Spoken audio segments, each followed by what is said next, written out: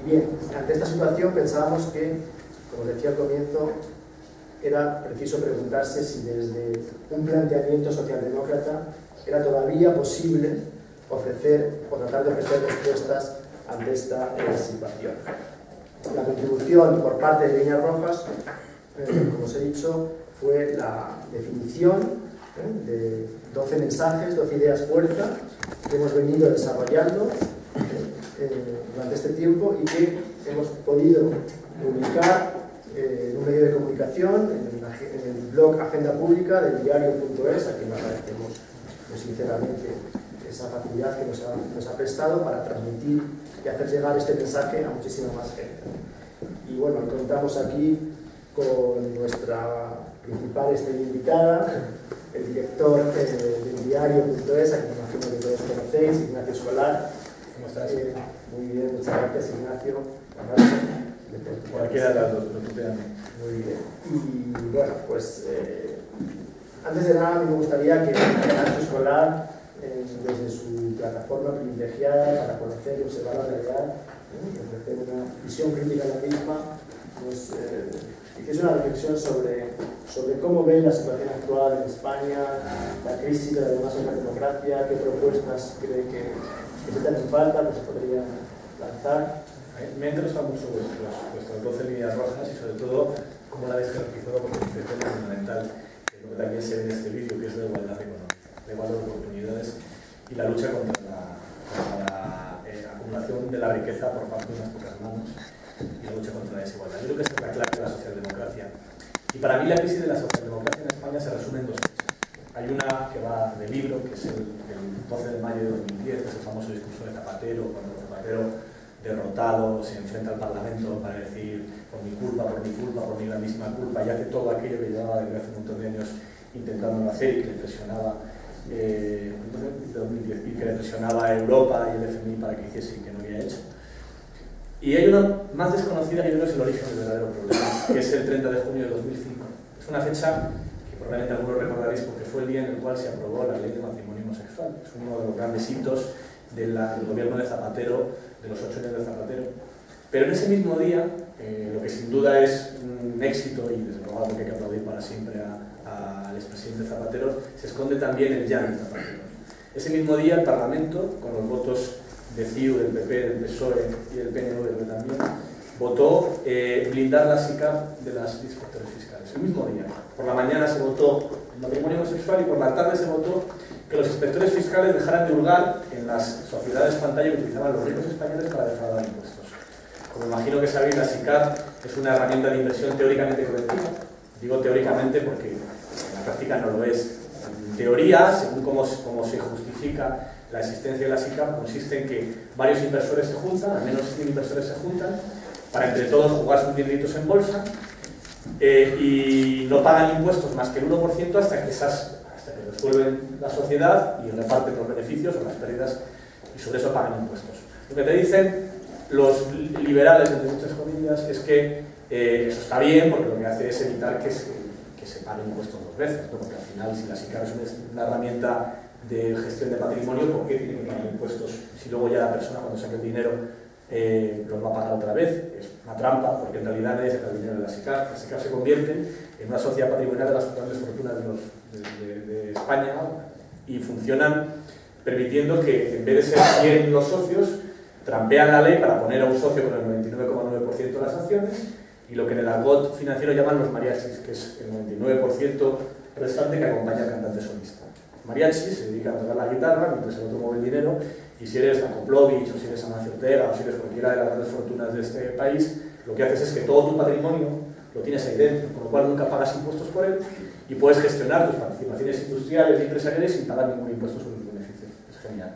Bueno, pues los inspectores fiscales empezaron a investigar esto y dijeron que había un fraude ahí, porque evidentemente esto no estaba diseñado para que un señor moviese el 99,9% y el resto simplemente firmase. Los mariachis solían ser empleados del banco. O sea, no era nadie, no había realmente, era un fraude. Y estuvieron rascando, hurgando, habiendo expedientes hasta que de repente, el mismo día que se aprobó la ley de matrimonio B, por la tarde aprobaron que las SICAP no podían ser inspeccionadas por los inspectores fiscales, sino por la CNMV, que no se dedica a eso, evidentemente. Fue una manera de blindar de la inspección fiscal a las grandes fortunas. Y en ese pecado original, bueno, en ese mismo día creo que se resume por qué después se llega a lo que se llega, ¿no? El grave problema español no tiene nada que ver, por mucho que se insista, con que el tamaño del sector público sea desmesurado, o porque hayamos gastado por encima de nuestras posibilidades, el déficit, lo que luego después lleva, en teoría, a Zapatero a aplicar los recortes, tiene que ver con que teníamos un modelo fiscal diseñado para la burbuja, que ingresaba mucho gracias a los movimientos relacionados con la compraventa de vivienda, ingresaba mucho por el IVA de las viviendas, ingresaba mucho por los impuestos de las tasas de cambio de compraventa de vivienda, ingresaba mucho de manera indirecta con las recalificaciones, que era lo que financiaba la mayor parte de los ayuntamientos, legal o ilegalmente, y todo eso se derrumba y España se convierte en el país de Europa que con menos puntos de caída del PIB, de la actividad económica, más puntos de recaudación pierde. El PIB cae en 2 y pico, y la recaudación se desploma a una tercera parte, una tercera, no, un 20 y tantos %. En muy poquito tiempo. Eso genera el déficit, eso genera el problema de la deuda pública en ese momento, eso genera más tarde el rescate por parte del sector público de las deudas del sector privado genera la situación en la que estamos hoy. Pero en ese día, en ese día del lejano 2005, cuando parecía que todo esto no podía pasar, es cuando se resume todo. Ahí está todo. Yo creo que el problema de la socialdemocracia en España, probablemente porque funcionaba y cuando funciona no lo tocas, probablemente porque el modelo económico parecía que era, pues eso, podía durar siempre, eternamente la vivienda subiendo de precio y que eso no terminaría nunca, se camufló en esa burbuja inmobiliaria y en un modelo fiscal bastante injusto determinadas cosas que había que haber hecho entonces. En España tenemos un problema de desigualdad no resuelto desde hace mucho tiempo porque hemos camuflado el acceso al crédito con la redistribución de la renta. No ha habido redistribución de la renta en los últimos 20-30 años, ha habido acceso al crédito. Y ha habido un montón de familias que eran clase baja y creyeron que eran clase media porque habían accedido al crédito y podían comprarse una rosada, y podían comprarse un coche. Y ahora toda esa ficción se ha desplomado. Y eso lleva a una de las causas de la crisis, creo yo, de la socialdemocracia en España, que es no haber sido consciente en ese momento de lo que estaba pasando por debajo, pues eso, en la cara B del día en que abordábamos el matrimonio gay. Luego, yo creo que, aparte de las cuestiones locales y puramente pues, lo que está pasando en España, hay un problema global con la socialdemocracia en toda Europa, que más que con la socialdemocracia, yo creo que es con la democracia. Esta tesis no es mía, es de Ignacio Urquizu, que es un sociólogo que me imagino que muchos conoceréis y que os recomiendo, que tiene un libro sobre la crisis de la socialdemocracia, donde lo que cuenta es que en realidad lo que está en crisis es la democracia. ¿Por qué? Pues fundamentalmente por lo que pasa el 12 de mayo de 2010, que es que todos los ciudadanos tienen la sensación de que ese señor que está diciendo vamos a bajar el sueldo de los funcionarios, y vamos a bajar las pensiones y vamos a recortar no sé qué y tal, en realidad no manda él. Que la soberanía popular está en el Parlamento, en realidad no está en el Parlamento, sino que está por encima de las cabezas de los leones del Parlamento y de los señores diputados, porque hay una serie de organismos muy poco democráticos, con mucho poder sobre las políticas nacionales que están fuera del alcance de nuestro voto.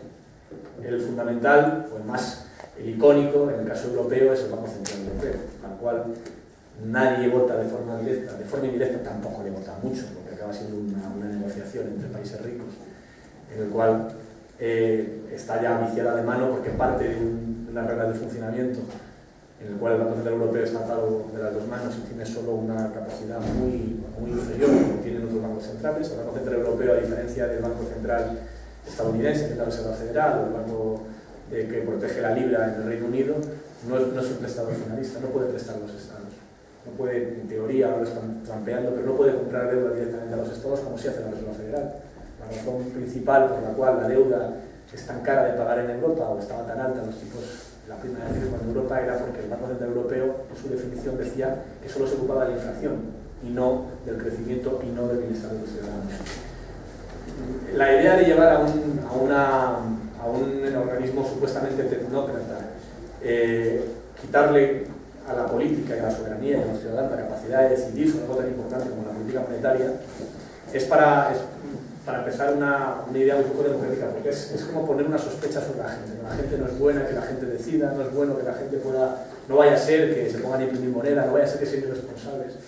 Y en el fondo lo que se demuestra, y eso otro autor que ha hablado mucho sobre yo, que es nuestro amigo Ignacio Sánchez Cuenca, habla mucho, es que no hay una diferencia entre decisiones políticas y decisiones tecnocráticas, se suelen colocar los dos. No hay, por ser tecnócrata no significa que algo vaya a funcionar mejor. De hecho, entre los grandes éxitos del BCE está a subir los tipos de interés cuando de repente llegó una recesión tremenda pensando que venía un problema de inflación, y lo que venía era la segunda ola de la crisis después de Lehman Brothers. Cuando esto tiene unos cuantos errores el BCE en su haber, que demuestra que no por tener un mecanismo alejado de la soberanía de los ciudadanos y de la política, vacunas hacen mejor las cosas, no porque los sabios decidan va a salir mejor la conclusión de sus actos. Y esa crisis de la democracia, esa crisis de esos ciudadanos que ven como tienen la sensación de que da igual quien gobierne, porque quien manda realmente no es ni Rajoy ni Zapatero, sino Angela Merkel, el presidente del BCE, Draghi, Trichet, los mercados internacionales, llevan a un rechazo, a una crisis de la democracia, a ese rito tan famoso de la democracia.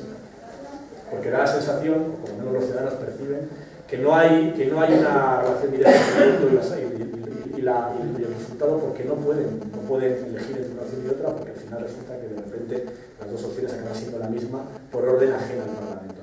Y eso pone en crisis a la democracia, pero a la democracia, no a la socialdemocracia. La socialdemocracia cuando gobierna, pero a los conservadores cuando gobiernan también. Y aquí lo asumimos a la democracia solamente.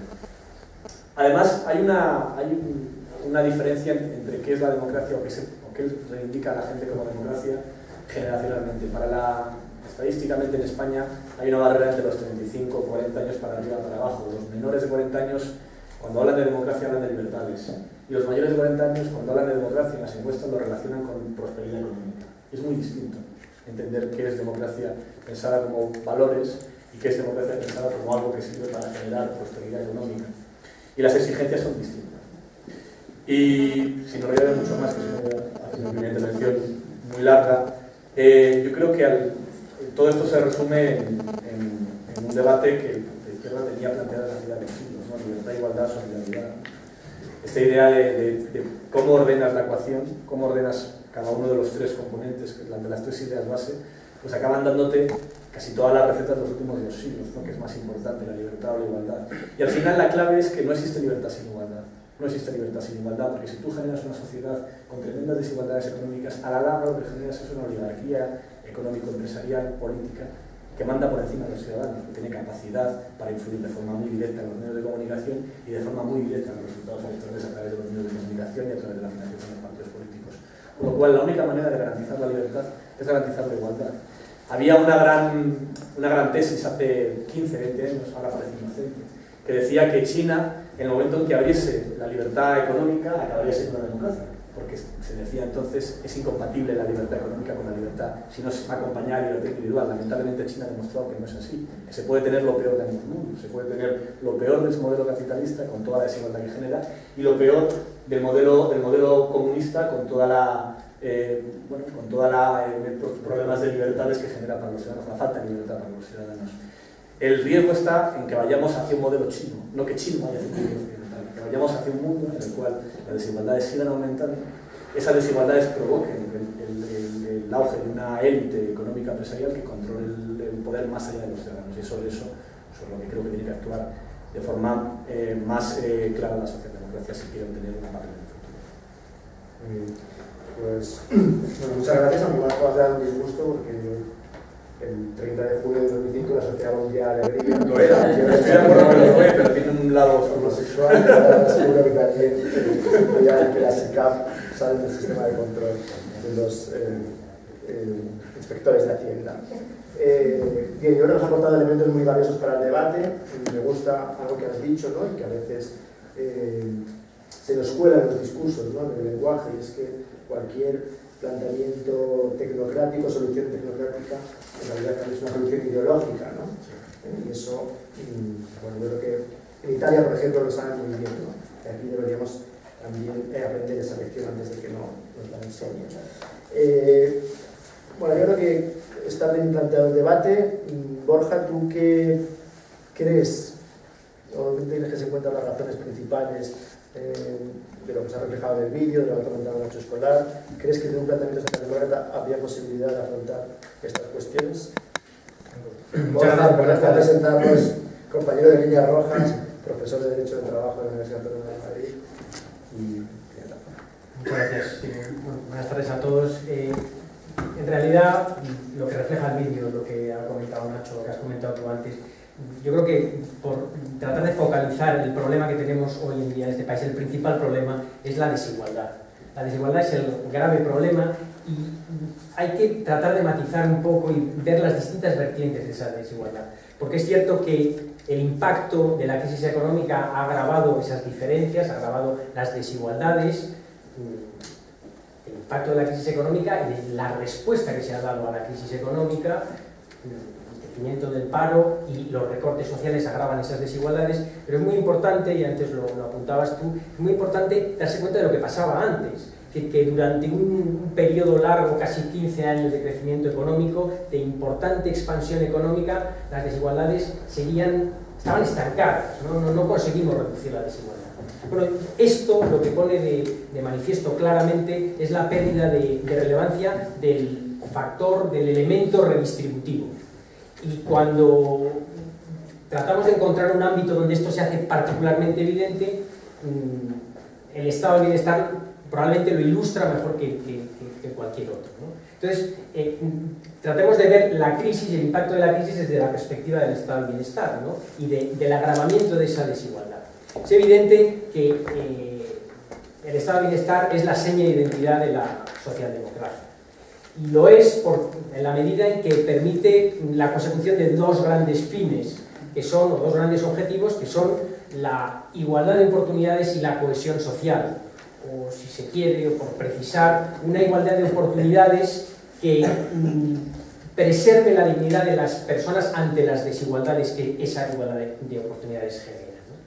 Y esta realización de la idea de, en última instancia, de ciudadanía plena, entra en crisis desde hace mucho tiempo, y en este momento no es simplemente que esté en crisis, por lo menos, en fin, los llamamientos o las apelaciones a la crisis del estado de bienestar, que, en fin, nos podemos remontar a los años 80, ya empiezan en ese momento. Pero ahora estamos en un momento crítico, porque en este momento lo que estamos viviendo es un desmantelamiento del estado de bienestar. Durante los años 80, los años 90, el estado de bienestar se mantenía, pese a las denuncias de crisis. Ahora mismo estamos claramente yendo para atrás, ¿no?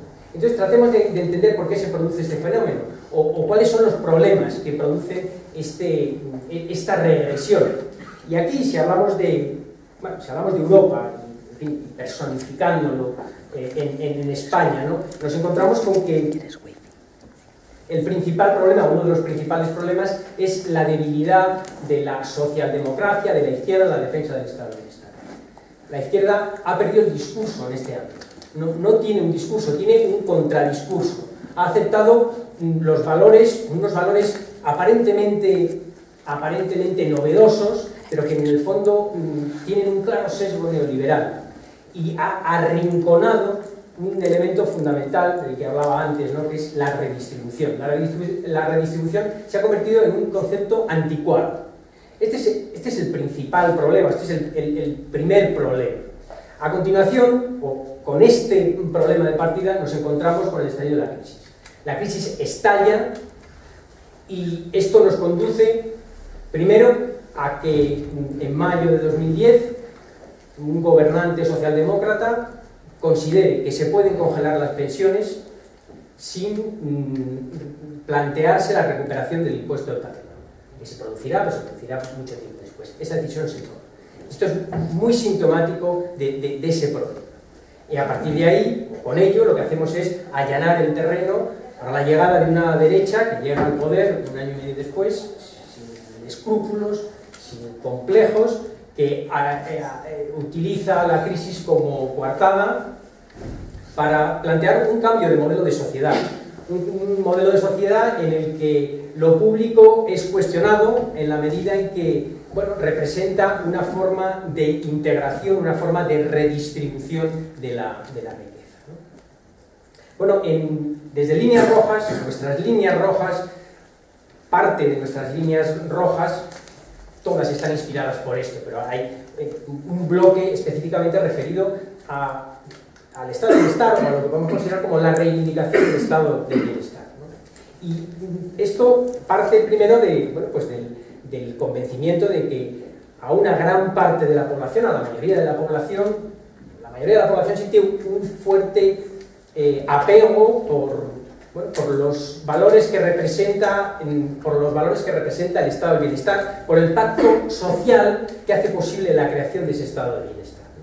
Pero esa población, esos ciudadanos, esa ciudadanía, ahora mismo ya no confía en el PSOE.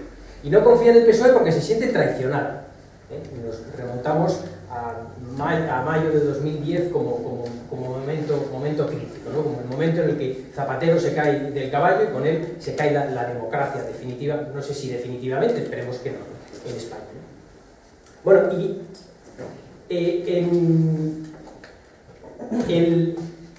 a partir de ese momento, digo, se produce esa desconfianza que hace que ahora mismo la ciudadanía no tenga ninguna garantía de que si el PSOE vuelve a gobernar en 2031 va a rectificar y va realmente a mantener un discurso que ahora en gran medida se ha recuperado, un discurso mucho más comprometido, pero sin garantías de que realmente eso se va a defender. Por eso nosotros consideramos que hay que anclar a la izquierda en la lucha contra la desigualdad. Y eso hay que hacerlo ahora, en estos momentos de crisis, porque la desigualdad, las consecuencias de la crisis son insoportables. Pero hay que hacerlo y hay que acordarse de esto, es muy importante, hay que hacerlo también en una etapa las etapas de expansión económica, porque ese es realmente el progreso social. Y para defender esa lucha o para articular esa lucha contra la desigualdad, lo fundamental es la redistribución de riqueza, ¿no? Es lo que, por eso la sintonía con Nacho es absoluta. La redistribución de riqueza es la clave. Y esa redistribución de riqueza se realiza a través de distintos instrumentos, entre los cuales probablemente el más importante, la política fiscal también, pero el más importante es el estado de bienestar. Tres pinceladas de los pilares de ese estado de bienestar, comenzando por el mercado de trabajo, que es el presupuesto necesario para la construcción de ese estado de bienestar. Cuando hablamos de mercado de trabajo hay que rechazar contundentemente la desregulación. Hay que rechazar contundentemente el planteamiento, de que es preferible un empleo precario al desempleo. Este es un planteamiento equivocado, es un planteamiento que lleva a la resignación y que lleva a la regresión social. Frente a eso, lo que hay que reivindicar es la centralidad, hay que recuperar la centralidad de la estabilidad en el empleo. Porque esa estabilidad en el empleo es la que nos va a permitir el ejercicio de los derechos laborales, es recuperar la idea de la ciudadanía también en la empresa, es lo que nos va a permitir el necesario cambio de modelo productivo y es el que va a permitir un modelo de relaciones laborales basado en la participación y el diálogo como mecanismo que permite adaptarse a los ciclos económicos. A partir de ese mercado de trabajo construimos tres pilares fundamentales, o el estado de bienestar se sostiene en tres pilares. El primero de ellos, pensiones públicas. En relación con las pensiones públicas hay que denunciar la falsedad de los argumentos sobre la insostenibilidad del sistema de pensiones. Estos falsos argumentos, luego podemos comentarlos si os interesa, esos falsos argumentos lo que ocultan es una apuesta por un modelo de pensiones privadas a costa de viejos indigentes. Y frente a ello hay que reivindicar el sistema público de pensiones, un sistema público basado en el compromiso entre generaciones, basado en la solidaridad intergeneracional, por muchas razones, pero por una que también es bastante evidente, y es que es muy difícil, es imposible explicar que una sociedad mucho más rica, la sociedad, previsiblemente, hay que esperar, ¿no? Esta sociedad, la sociedad española dentro de 20 años, que una sociedad mucho más rica no sea capaz, no tenga la capacidad de pagar unas pensiones dignas. Bueno, y aquí pasamos al segundo pilar, sería la sanidad. Cuando hablamos de sanidad hay que ser conscientes de que el modelo de prestación de la asistencia sanitaria determina en buena medida el tipo de sociedad en el que vivimos, ¿no? Y en este sentido, una sanidad pública, universal, de calidad y gratuita, tiene un fundamento moral, un fundamento ético muy claro, que es que todos somos iguales ante la enfermedad, todos somos igualmente vulnerables. Y por eso evitar la desigualdad es un imperativo que resulta absolutamente incompatible con la búsqueda de la rentabilidad económica. Por último, educación, que sería el tercer o el cuarto pilar si incluimos el mercado de trabajo. Cuando hablamos de educación, mañana es un día importante, mañana hay una movilización del sector educativo, un sector educativo absolutamente desencantado, horrorizado por los recortes, por las orientaciones de la política educativa. Nosotros, lógicamente, apostamos decididamente por una educación pública, gratuita y de calidad. Apostamos por este tipo de educación porque en ello se resumen los rasgos que permiten que nazca donde uno nazca puede ser lo que uno quiera. Son los rasgos también que integran la diversidad, contribuyendo a enriquecer la sociedad y a reforzar su cohesión. Y son también los rasgos que hacen posible la construcción de un futuro que, si es un futuro, si va a ser un futuro de prosperidad, necesariamente va a ser político. En definitiva, y con esto concluyo, creo que la grandeza de la política es darle sentido a la acción colectiva. Y nada representa mejor ese sentido de la acción colectiva que la reivindicación o la defensa del Estado de Bienestar. Muy bien, muchas gracias, Borja. Seguimos avanzando, Manolo. Son muchos los que se empeñan en hacernos creer que no hay una alternativa a un planteamiento económico, medioambiental, fiscal, como el que estamos ahora mismo padeciendo, ¿no? El discurso único. Y te preguntamos si desde una perspectiva socialdemócrata sí sería posible una diferenciación, ¿no? En ese sentido. Bueno, buenas tardes a todos. Aquí, antes de hablar desde una alternativa de la socialdemocracia al modelo económico actual, conviene recordar y reiterar el fracaso del paradigma neoliberal dominante, ¿no? Yo creo que lo que estamos viendo en la crisis, ¿no? Las causas estructurales de esta crisis que padecemos, que comenzó en 2008 con la caída de Lehman Brothers y luego se transformó en una crisis primero financiera, luego de la economía real, proviene de una creencia, una ideología neoliberal muy concreta que nos hablaba de las virtudes de los mercados desregulados, de la necesidad de liberalización, de regulación, privatización, porque eso generaría más riqueza, mucha mayor eficiencia, en definitiva mucho más prosperidad. Y lo que hemos visto es que este paradigma se ha caído en nuestras narices, ¿no? Y lo que vemos es que lo que ha generado son grandes burbujas financieras, especulación y acumulación, ¿no? Entonces, los mercados sí pueden generar prosperidad y riqueza, pero deben ser regulados, deben ser supervisados y controlados, ¿no? Cito aquí, como decía Jospin, ¿no? que hablaba de que el mercado es un instrumento que es efectivo e importante, pero no es más que un instrumento.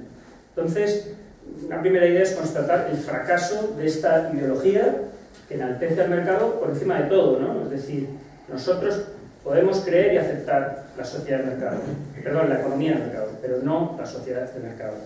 Es un modelo que ha generado, por ejemplo, la hipertrofia del sistema financiero, que comparado con hace 30 años ahora ocupa un lugar muchísimo más importante, un peso muchísimo más grande en lo que sería la economía del país.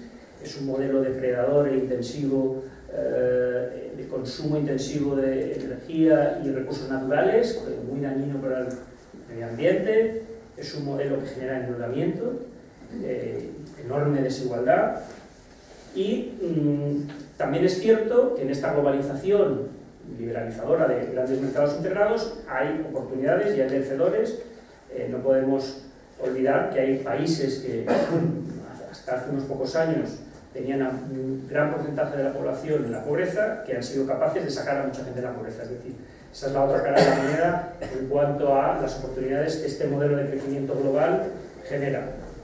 Por lo tanto, yo creo que la socialdemocracia lo primero que tiene que reivindicar es que es la acción del Estado. El Estado debe y puede orientar parte de la asignación de los recursos. Por hecho, de otro modo, debe guiar a la economía, debe orientar, debe abrir el camino y debe regularlo. A partir de ahí, ¿cuál es la alternativa que tú me preguntas que planteamos desde la socialdemocracia al modelo actual. Bueno, yo creo que en Europa en general y en España en particular se habla mucho de la transformación del modelo productivo, basado en el ladrillo, la especulación, la construcción, el turismo barato, en sectores de tecnología, de valor añadido, de empleo de calidad. ¿Y esto cómo se consigue? Porque no paramos de oírlo, la necesidad de un nuevo modelo productivo. Pero ¿cuáles serían las herramientas? ¿Qué políticas debemos poner en marcha? Yo hablo y doy muy rápidamente 6 pinceladas. A corto plazo, yo creo que la prioridad absoluta es recuperar el crecimiento para generar empleo. Y esto significa volver a reivindicar la capacidad del Estado con políticas keynesianas de estímulo a la demanda en un momento dado en que la demanda nacional, la inversión, el consumo está deprimido y no avanza. Y en definitiva esto implica un rechazo a las medidas de austeridad draconiana que nos están imponiendo y que lo que hacen es deprimir el crecimiento, generan pobreza y ni siquiera, y este es el gran drama, reducen el endeudamiento público, que es el objetivo en primera instancia por lo cual se imponen estas políticas de austeridad, porque hay recortes sociales por un lado y la deuda pública sigue disparada. Entonces yo creo que este sería un primer elemento. En segundo lugar, cambios claros en el mercado de trabajo. Un nuevo modelo productivo tiene que llevar aparejado un nuevo mercado laboral, un modelo de relaciones laborales distintas frente a la precarización y la vulnerabilidad de derechos y este empleo precario y de baja calidad que este mercado laboral con esta reforma laboral nos impone. Tenemos que apostar por un mercado laboral que incentive el trabajo de calidad, el trabajo estable. Y eso significa una regulación diferente. ¿Flexibilidad interna en las empresas? Sí, pero también un trabajo de calidad a largo plazo. Mirad, en España, durante los años 90 y parte de los 2000, se hizo un enorme esfuerzo en cuanto a presupuestario en infraestructuras. Tenemos unas infraestructuras impresionantes.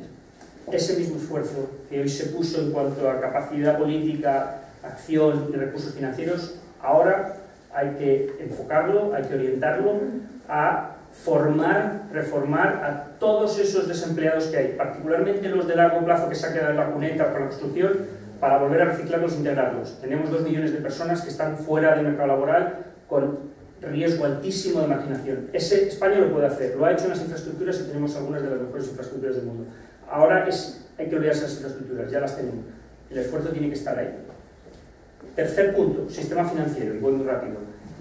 Yo creo que, como he dicho, este mercado desregulado y liberalizado ha generado una hipertrofia de los sistemas financieros en todo el mundo. En España hemos tenido la burbuja financiera, hay que volver a regularlos de manera estricta y controlada. Y además, yo iría un punto más allá. Creo que en España teníamos una banca pública en los años 90 y la ideología neoliberal, la marea neoliberal que nos arrasó hizo que la socialdemocracia cediera en esta y tantas otras cosas ante los neoliberales, nos hizo deshacernos, privatizar la banca pública. Ahora, ¿qué ocurre? Que estamos en una crisis terrible. Tenemos los bancos quebrados y no hay crédito. Y el crédito, sin crédito es fundamental salir de esta crisis. Yo plantearía incluso la posibilidad de que por qué sectores como la electricidad, la energía, el gas están tan regulados. ¿Por qué? Porque son esenciales para la economía. Un tipo de regulación más del estilo del public utility para la banca y definitivamente algún tipo de banca pública, inversión, para poder inyectar dinero en la economía. Política fiscal, se ha mencionado aquí. Este ha sido uno de los grandes errores que hemos cometido y yo creo que los socialdemócratas en España, el Partido Socialista en particular, ya ha rectificado el tiro, pero no podemos dejar de decirlo. Aquella famosa frase de bajar impuestos es de izquierdas. En un momento en que crecían los ingresos, como ha dicho Borja, por el gran crecimiento, bajamos impuestos, quitamos los impuestos a los ricos, bajamos el impuesto de la renta. Cuando llega la crisis nos encontramos que se han desplomado los impuestos. Hay que rectificar claramente este tipo de políticas, recuperar la fiscalidad, porque además sin fiscalidad lo que acabamos es endeudándonos. La deuda pública es el resultado de una baja fiscalidad. Si queremos reducir la deuda pública y mantener el estado del bienestar, como ha dicho Borja, necesitamos ingresos que vienen de la fiscalidad. Y fijaros la contradicción que tenemos en España. Tenemos una de los ingresos por producto más bajos de la Unión Europea. Y sin embargo, la presión fiscal sobre las clases medias sigue siendo muy elevada. Y las clases medias se quejan de las subidas de impuestos. Y es cierto. ¿Y por qué esta contradicción? Porque tenemos un sistema fiscal muy mal diseñado, que está muy enfocado en la clase media, con enormes bolsas de fraude y que deja escapar claramente con una enorme ilusión fiscal a las grandes fortunas. Esto tenemos que recuperarlo. 2 apuntes más. Sistema energético medioambiental, un nuevo modelo productivo desde la socialdemocracia tiene que ser un modelo sostenible, un modelo que combata el cambio climático desde el principio. En este tema, la energía, la política energética es fundamental. Tenemos que volver a apostar por las energías renovables. El gobierno de Zapatero, uno de sus grandes logros fue apostar por las energías renovables y hemos creado una industria que es líder en el mundo. Se hicieron errores en la política energética de energías renovables, pero es que ha llegado el PP y está desmantelando las energías renovables. Y por último, una política industrial clara de orientar el camino hacia los sectores de valor añadido y más D, más I, inversión. Esto no quiere decir la antigua política industrial donde el Estado nacionaliza grandes industrias y produce de todo, no. Es sistema de incentivos fiscales, I más D más I, marcar el camino para que el sector privado lo haga. Fijaros, toda esta agenda que yo creo que podría constituir un interesante modelo alternativo de política socialdemócrata no es sencillo a nivel nacional.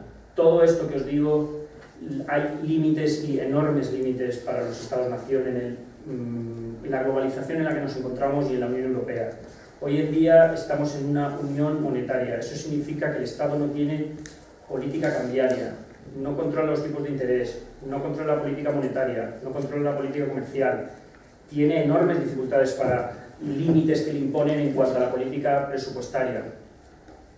Por lo tanto, la lucha tiene que llevarse a nivel europeo. Una nítida y verdadera política socialdemócrata solo tiene sentido, solo se puede hacer realmente a nivel europeo. Por eso es tan importante Europa y por eso es el drama de las próximas elecciones europeas y en general de la política europea que tan poco interés se le da. Si queremos apostar por una política de izquierdas no lo vamos a lograr a nivel nacional o va a ser enormemente complicado. Y una última reflexión. A mí me parece que desde la socialdemocracia se tendría que apostar por una nueva forma de medir el progreso y el bienestar. Estamos anclados en esto del crecimiento del PIB. El crecimiento del PIB no es más que la medición del crecimiento del consumo, del crecimiento de la demanda, del crecimiento de la producción. Eso solamente es una parte del bienestar y no creo que refleje de lejos el bienestar de los ciudadanos. Podemos tener crecimientos importantes del PIB y sin embargo que dejan a una gran porcentaje de la población en la estacada. Es hora de que desde la socialdemocracia se impulsen indicadores alternativos que reflejen la desigualdad, que reflejen el medio ambiente, cómo se trata el medio ambiente, la utilización de los recursos naturales. Hay iniciativas internacionales que se están intentando poner en marcha en este sentido. Creo que tendríamos que abanderar esto, porque simplemente decir, como dice Rajoy, ya hemos dejado de crecer, luego ya se ha pasado la crisis, no, mire usted, es que usted solo se fija en un indicador muy pequeño, hay que verla con una perspectiva real. En ese sentido me parece que podría ser una buena iniciativa abrir el melón de cuáles son los indicadores, cómo de importante es el crecimiento del PIB frente a otros indicadores que reflejen verdaderamente el bienestar de la sociedad y de los ciudadanos de pie. Gracias. Pues muchas gracias a ti, Manolo. Bueno, yo creo que está quedando perfectamente claro que estamos en una crisis económica grave, una crisis laboral muy grave, pero también es verdad que la crisis institucional y democrática no lo es menos, ¿no? Yo incluso soy de la opinión de que nos costará más salir de la crisis institucional y democrática que de la crisis económica. No sé, Sebas, si desde un planteamiento también socialdemócrata es posible afrontar esta cuestión exitosamente. Bueno, muchas gracias, Antonio. Permítanme, como miembro de Líneas Rojas, excusarnos por el claro carácter masculino de la mesa. Principalmente la idea era tener dos de nuestras compañeras que por motivos ajenos a nuestra voluntad no han podido sentarse de este lado, entonces por eso le invitamos a Nacho Escolar, que era nuestro suplente ahí, y nos vino bien. Bueno, a mí me toca hablar un poco de qué diagnóstico podemos hacer del modelo político actual. Si miráis nuestra web, de las 12 líneas rojas que están elaboradas, se puede desprender este diagnóstico de una manera bastante clara.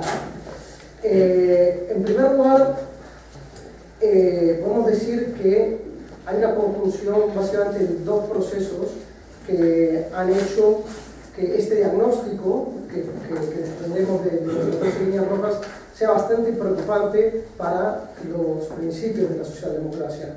Por un lado, es algo que ya habéis tratado vosotros, Borja y Manolo, que es el retraimiento del Estado social. Claramente hay pasos atrás, en algunos aspectos, en otros hay congelación, pero es una tendencia que ya ha cogido velocidad de crucero y que ya es parte de nuestro escenario diario en el modelo político. Esto sin duda está generando una cierta desafección a los ciudadanos que, como voy a explicar más adelante, tiene mucho que ver con ese diagnóstico preocupante que hacemos desde Líneas Rojas. Este segundo elemento que decía que va en conjunción con el retraimiento del Estado social es la creciente desafección ciudadana.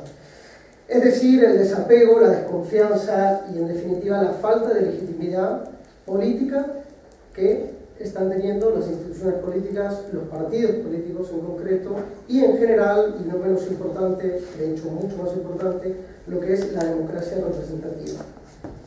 Solo por citarles algunos datos. Hace ya más de 2 años, los políticos y los partidos políticos son uno de los principales problemas que sitúan los ciudadanos en las encuestas, en los barómetros del CIS. El nivel de desconfianza en las instituciones, incluida ya la monarquía, se ha deteriorado considerablemente. Los apoyos electorales del Partido Popular y del Partido Socialista están en mínimos históricos, conjuntamente lo llegan al 50% en las encuestas, y hoy los ciudadanos, por ejemplo, confían más en movimientos sociales como la PA que en los partidos políticos para defender sus intereses. Déjenme que les dé un dato bastante relevante. En una reciente encuesta de la consultora MyWorld, se señala que el 57% de los ciudadanos considera que la democracia podría funcionar sin partidos políticos y que podría funcionar mejor mediante plataformas sociales que los ciudadanos elegirían para la gestión de los asuntos públicos. Aquí hay un movimiento importante y esto es parte del diagnóstico que nosotros hacemos en Líneas Rojas.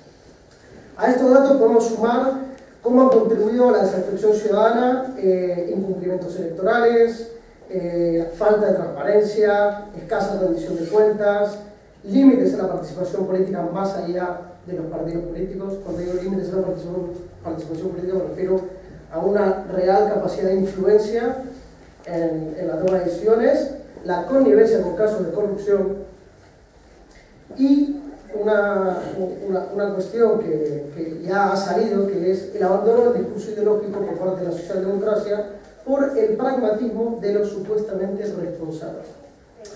El malestar con el statu quo yo creo que es evidente. De este diagnóstico se desprende una señal de alarma para la socialdemocracia, especialmente para la socialdemocracia, y es que hay una creciente pérdida de credibilidad en la política como mecanismo para solucionar los problemas de la sociedad. Y claro, nos podríamos preguntar, bueno, ¿y por qué esta alarma es particularmente relevante para la socialdemocracia?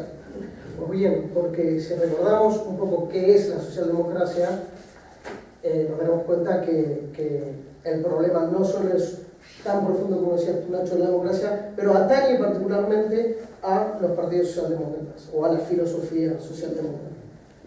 ¿Por qué? Porque, en fin de cuentas, la socialdemocracia se entiende como aquella reivindicación de la política sobre la economía, la reivindicación del poder político de las mayorías democráticas sobre el poder económico, sobre la capacidad de influencia de unos pocos, generalmente casualmente, con dinero. La socialdemocracia nace con una vocación reformista, vosotros sabéis, a la hora de gobernar este conflicto inherente entre capital y trabajo en las sociedades capitalistas, pero nace sobre todo para corregir las desigualdades originarias que reproduce y refuerza un sistema de mercado, que cada vez, como señalaba Manolo, se parece más a una sociedad de mercado. Por eso históricamente los partidos socialdemócratas han defendido con uñas y dientes los derechos laborales, los derechos sociales, las libertades sociales, los derechos humanos, etcétera, etcétera, con una vocación no rupturista, que es el caso de socialismos utópicos o lo que yo llamo los socialismos en construcción, que todavía no sabemos bien por dónde van, y también algunas corrientes que están bastante de moda y que habrá que ver por dónde respiran, que tienen una tendencia un poco comunitarista. El diagnóstico sobre el modelo político es una señal que indica que se han roto muchas líneas rojas de la socialdemocracia. ¿Por qué? Porque el poder político, compañeros, amigos, han perdido terreno al poder económico. Déjenme que les dé otro dato. En 2010 el CIS hace una encuesta sobre el poder político en España y resulta que cerca del 50%, si no me equivoco, sí, cerca del 50% de los ciudadanos identifican a bancos y grandes empresas como los principales actores, como los actores con mayor poder político en nuestro país. Alrededor del 35% solo mencionan al gobierno, en primer lugar al gobierno, al parlamento, a los partidos políticos, a los sindicatos. Esto es en noviembre del 2010. Yo no me animaría a hacer esta encuesta hoy día. Entonces, ¿cuáles deberían ser las respuestas de la socialdemocracia a este diagnóstico que hemos hecho de la actual situación política? Bueno, lo cierto es que podríamos entrar en materia concreta, por ejemplo, en qué sistema electoral necesitamos, en la organización interna de los partidos, en si deberíamos o no tener primarias, en si la respuesta de una estructura federal de Estado es lo que necesitamos, etcétera, etcétera.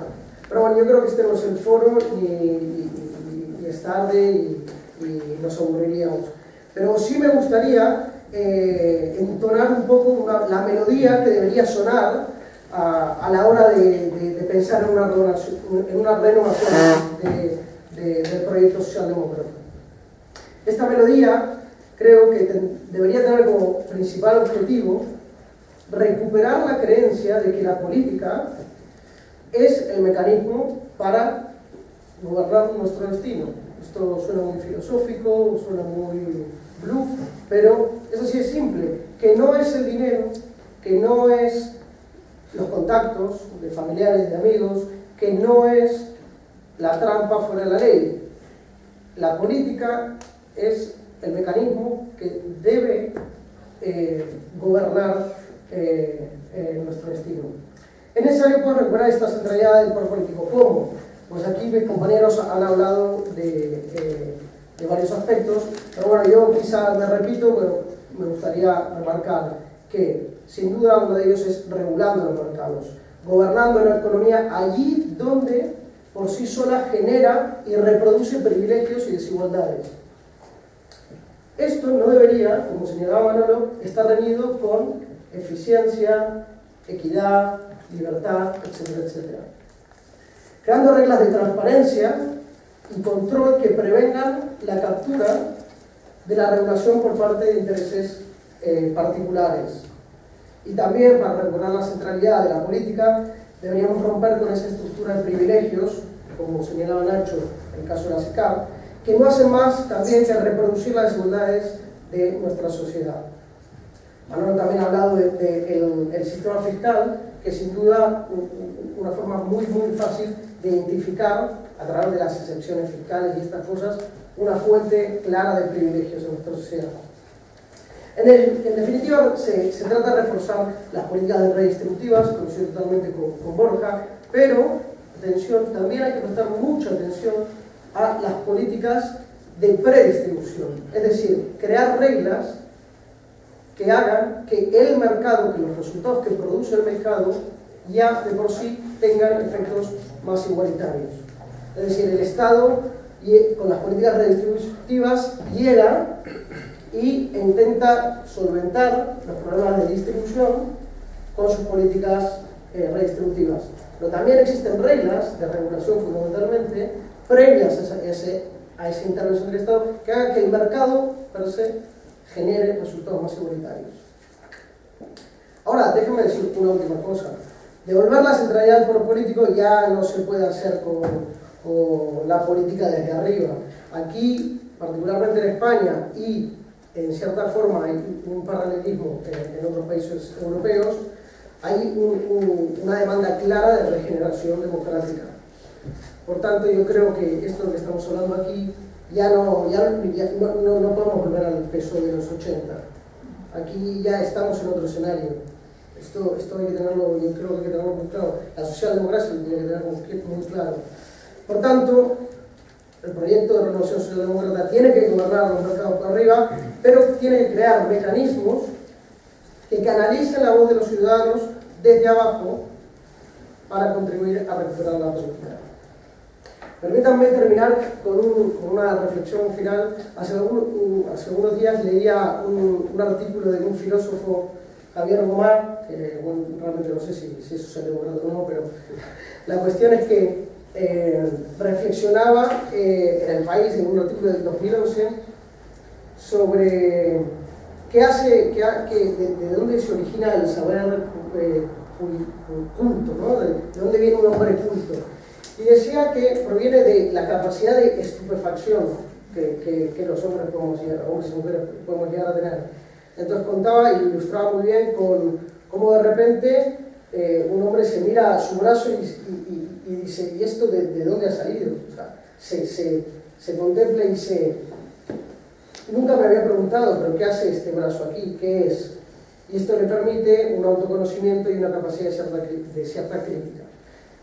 Yo creo que la socialdemocracia debe hacer un ejercicio parecido, porque hoy yo creo que si la socialdemocracia se mira al espejo, yo creo que no se reconocería. Simplemente mirando cómo los mercados financieros mandan y dictan políticas sobre gobiernos democráticos nacionales, creo que es una prueba suficiente para entender que hoy la socialdemocracia, si se mira al espejo, no se reconocería. Entonces, este ejercicio de autocrítica o de conciencia histórica que debe hacer la socialdemocracia, no solo va a hacerle útil para recuperar su identidad, sino también para saber comunicar y ser creíble en que lo que nos van a proponer no será otra vez la historia de siempre. Y déjenme, por ejemplo, para lanzar una pregunta al debate, ya que ahora toca el debate, es tanto que las medidas del último gobierno Zapatero han sido de enviar señales a los mercados. En la línea de lo que he hablado yo preguntaría, ¿cuáles deberían ser las señales que debería enviar la socialdemocracia a los ciudadanos para ganar credibilidad y a posteriori apoyo electoral y que nos creamos realmente que hay un cambio, que no es más de lo mismo? Pues muchas gracias, Sebas. Yo aprovecho la ocasión de esa pregunta que lanzas para conectar con el filósofo que has citado, Javier Gomá, autor de un libro, Ejemplaridad Pública, que yo creo que viene muy bien porque la desafección democrática de la que has hablado también viene provocada en buena medida precisamente porque algunos políticos, representantes públicos, no se han comportado precisamente de manera ejemplar, ¿no? Yo creo que no lo has mencionado, aunque por supuesto es una de nuestras líneas rojas, ¿no? La corrupción, tolerancia cero con ella, ¿no? Y bueno, yo creo que eso hay que tenerlo siempre presente, ¿no? Y si la socialdemocracia debe lanzar algún mensaje, uno de los primeros y por otra parte más sencillo, es una cuestión de voluntad política, debería ser eso, ¿no? Tolerancia cero con la corrupción. Bien, pero no abusamos más de vuestra paciencia, que habéis tenido mucha. Ha llegado el momento de abrir un coloquio, espero que animado, ágil, incluso divertido. Así que tenéis la palabra, levantad la mano por favor, os pediría, eso sí, que hicierais intervenciones. El punto de las reflexiones de aportaciones es donde está todo el meollo de lo que está ocurriendo con la socialdemocracia y el momento en el que estamos en España, ¿no? Yo aportaría tres o cuatro elementos más al debate, ¿no? Yo creo que en este país, bueno, hemos visto, lo ha dicho Nacho Escolar, ¿no? Ya hay algunos economistas que lo que ya han probado con datos es que el origen de la crisis está en la desigualdad social, ¿no? Se empezó a alimentar la burbuja del crédito para evitar, ¿no?, que las clases medias y bajas necesitaban consumir, ¿no? Hoy vemos también que ya no solo es la causa, sino una consecuencia, cada vez hay más desigualdad social. Y yo me planteo si en este país alguna vez la desigualdad social ha estado en la agenda política. Y me explico. Yo creo que tanto cuando ha gobernado el PP como cuando ha gobernado el PSOE, el objetivo era crecer. Entonces, yo creo que la idea era, incluso en los últimos años del gobierno socialista, lo importante era generar crecimiento y a partir de ahí se pensaba que iba a haber una distribución de la riqueza. Y yo creo que ahora el Partido Socialista está pagando ese error. Y creo que está cambiando el discurso político del Partido Socialista, pero ahí le falta la credibilidad porque yo creo que nunca estuvo verdaderamente en su agenda el tema de reducir la desigualdad social como objetivo, ¿no? Simplemente pensaron que a través de la creación de riqueza se iba a producir esa distribución, y yo creo que erróneamente. Luego, yo creo que lo que está pasando ahora es que se está desligando el sistema económico del sistema político y social, y eso es algo muy preocupante, porque hasta qué punto puede funcionar. Yo creo que puede funcionar el sistema económico desligado del sistema social y del sistema político, es decir, que podemos tener un sistema económico donde participen de verdad solo los más pudientes, los que tienen más influencia política, y lo demás totalmente desligado, ¿no? El ejemplo de China a mí me parece como modelo es muy buen ejemplo, ¿no? Entonces yo creo que ese es el gran peligro, es el gran peligro. Y respecto a Europa, a mí me parece que la gran meta que deberían tener todos los partidos socialdemócratas es convencer a la Unión Europea de que la cohesión social debe ser el objetivo. Yo creo que después de la Segunda Guerra Mundial hubo un pacto social que estaba basado en la cohesión social. Y yo creo que lo que hemos perdido es esto, y lo que le está pasando en la Unión Europea es precisamente eso, ¿no? Que hemos perdido el objetivo de la cohesión social y quizás ha sido sustituido por el objetivo de la competitividad, yo creo que mal entendido, ¿no? Pero es lo que hemos perdido. Y yo creo que mientras que ahora es verdad que las reglas del juego han cambiado y mientras no juguemos a nivel europeo no podremos hacer nada como país, ¿no? Y luego ya la última reflexión es que yo creo que esta normalidad en la que vivimos, donde el sistema económico va por un lado totalmente desligado del sistema político y social, pues está produciendo efectos, ¿no? Estamos viendo cómo en la mayor parte de los países europeos están avanzando los partidos populistas de extrema derecha, pero también de extrema izquierda, ¿no? Entonces todos los que tienen referentes como los socialdemócratas más reformistas están perdiendo la centralidad política, ¿no? Y eso es producto, en mi opinión, de esa ruptura entre el sistema político, económico y social. Aquí en España lo que estamos viendo, lo que dicen las encuestas cada vez más preocupantes, ¿no?, es que la principal preferencia, y esto no pasaba, yo he visto los indicadores del CIS y esto no pasaba nunca, es que la primera prioridad política que tienen los ciudadanos cuando se les pregunta, suponiendo que mañana se celebrasen elecciones, ¿usted qué votaría?, la gente dice que se abstendría. Y eso ya se está reduciendo en los últimos, no sé si ya 6 meses o 9 meses, ¿no? Y esto ya es como una tendencia a cronificación del malestar. Pero eso es lo que me preocupa a mí, ¿no? Que la gente se abstenga, ¿no?, y la gente no vote, y la gente en esta especie de desafección, de resignación, haga también, ¿no?, que con este sentimiento, con esta sensación de impotencia, al final haga que se perpetúe este sistema, que el cambio de modelo social que estamos asistiendo finalmente se consolide. Y bueno, nada más, muy rápidamente, solo hacer esta reflexión. Alberto. Hola, soy Alberto, también pertenezco a Líneas Rojas. Quería hacer 2 apuntes sobre 2 cosas que habéis dicho y luego una reflexión muy cortita final. Me ha interesado mucho lo que comentaba Ignacio Escolar sobre que el problema que existe actualmente no es realmente un problema de la socialdemocracia, lo que dice Ignacio Urquizu, sino que tiene más que ver con un problema de la democracia, que se refiere también, Sebas lo ha comentado. Yo estoy bastante de acuerdo en parte con ello, pero me preocupa mucho la generalización de este discurso y su banalización, que veo que se extiende, porque esto nos lleva a aquello de PSOE, todos iguales, tal, descrédito de la política con mayúsculas, no de los partidos mayoritarios sino de la política, bla, bla, bla, y nos vamos a al aumento del peso de las opciones totalitarias y demás. Claro, yo pienso que sí, hay un descrédito de la democracia en parte por culpa de la socialdemocracia, porque se ha dejado convencer de una deriva en determinadas formas de hacer política que tienen que ver con una relajación de la transparencia, de los mecanismos de control, de eso que empiecen algunas de nuestras líneas rojas y que se refería a Sebas, y que entonces, claro, esa relajación lo que ha llevado es esa identificación y descrédito de la democracia.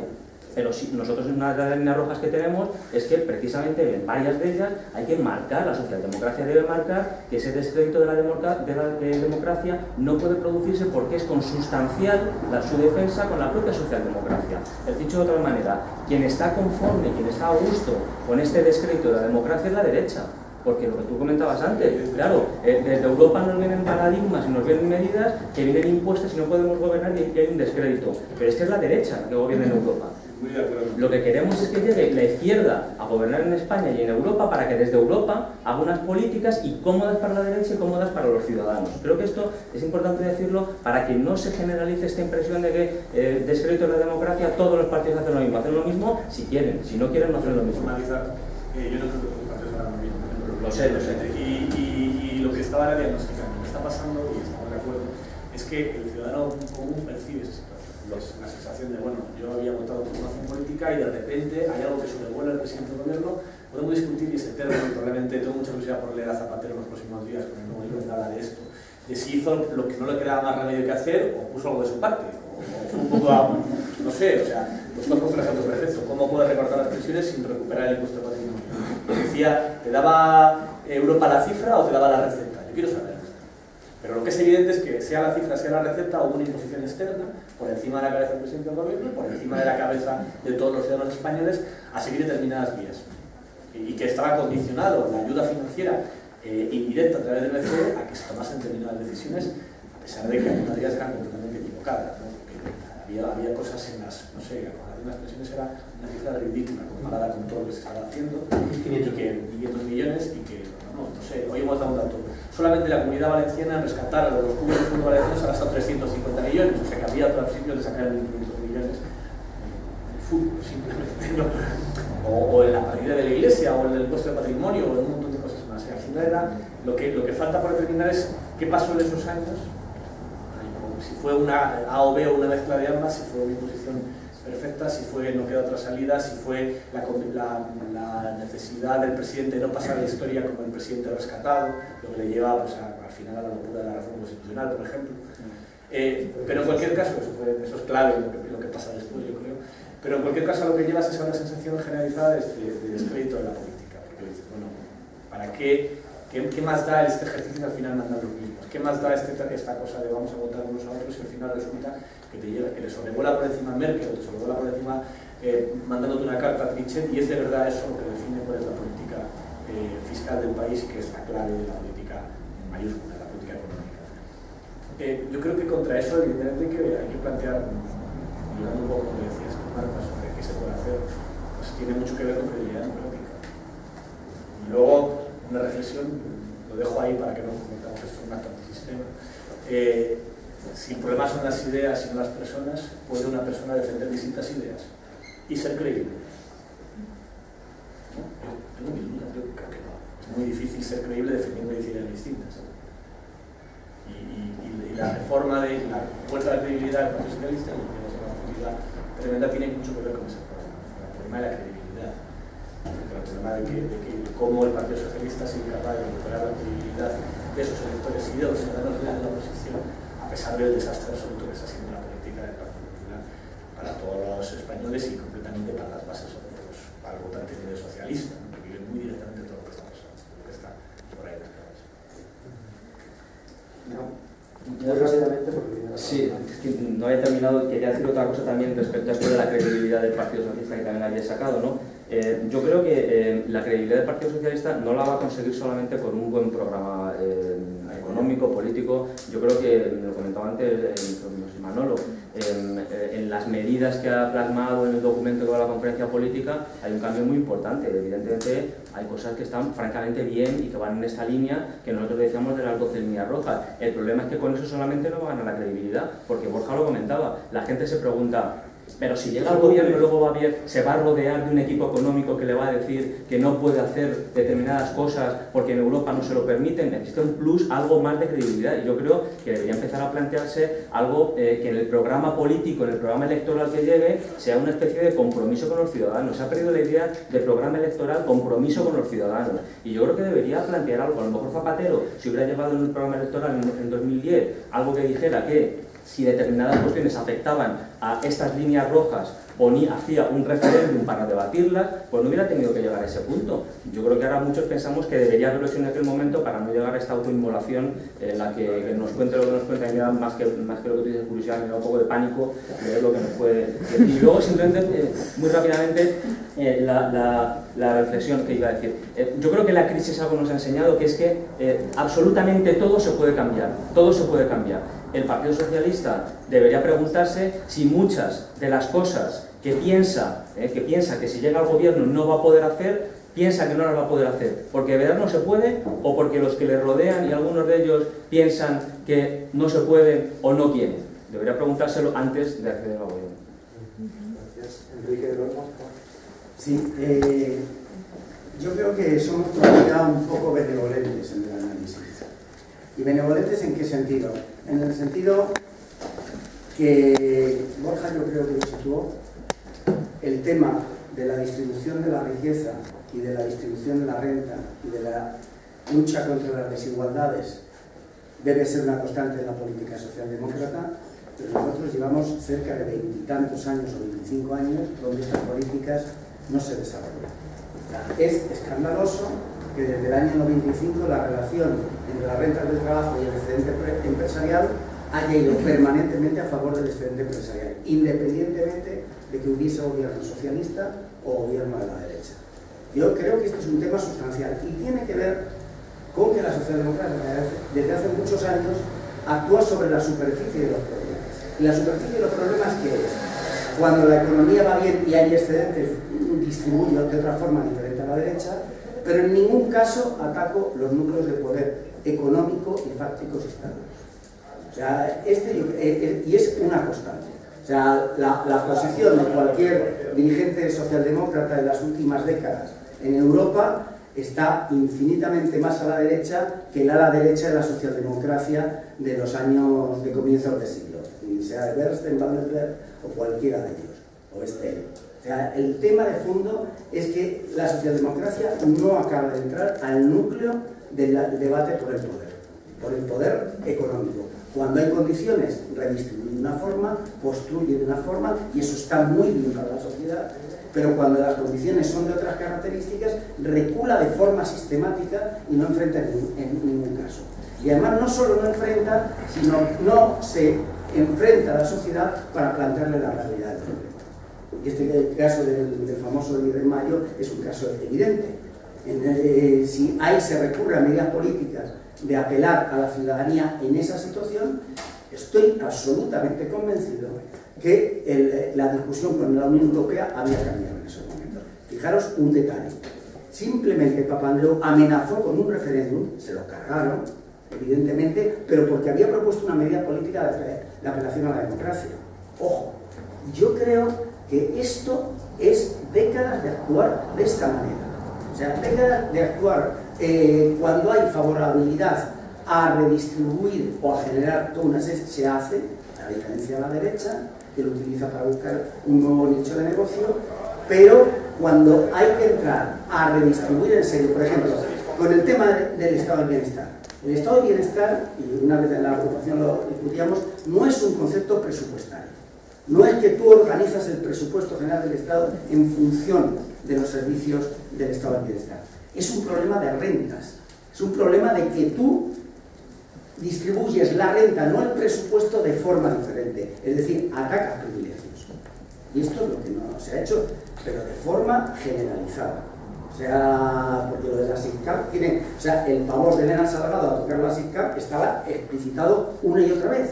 Y todos, y lo que veremos en la justificación de Zapatero será exactamente lo mismo. Pero a mí me gustaría que buscaseis un ministro de Economía que podamos decir semisocialdemócrata, desde el 82 hasta nuestros días.